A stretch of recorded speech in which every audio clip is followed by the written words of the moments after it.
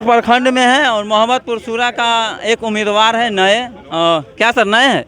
हाँ, एकदम नए। हमारे चैनल में आपको बहुत बहुत स्वागत है। आपको बहुत बहुत धन्यवाद। सर क्या उम्मीद से आप चुनाव लड़ रहे हैं? चुनाव जनता के लिए लड़ रहे हैं, जनता को विकास के लिए।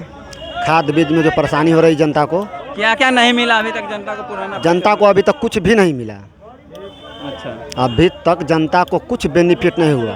अच्छा 7 को चीज़ आता है पैक्स अध्यक्ष में, क्या क्या आपने उस जनता को दे सकेंगे? आप जरा पब्लिक को बताइए। देखिए, सरकार अगर जो जनता के लिए देती है, किसान भाइयों के लिए देंगे, वो हम पूरा समाज के बीच पहुंचाने का काम करेंगे।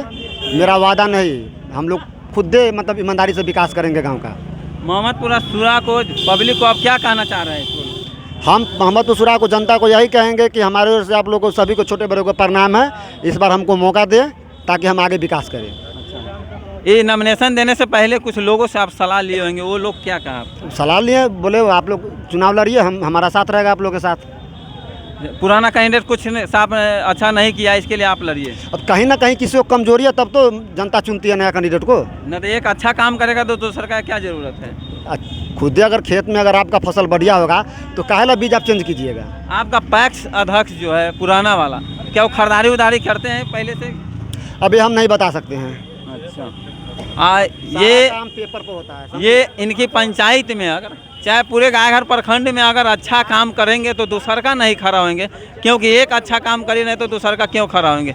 इसके लिए आप जनता को फिर से क्या कहना चाह रहे हैं? स्कूल जनता को कह रहे हैं कि आप हमको भारी से भारी वोट देकर विजयी बनावे और प्रखंड स्तर पर भेजे, ताकि यहाँ से सारा लाभ आपको हम समाज के बीच पहुँचावे।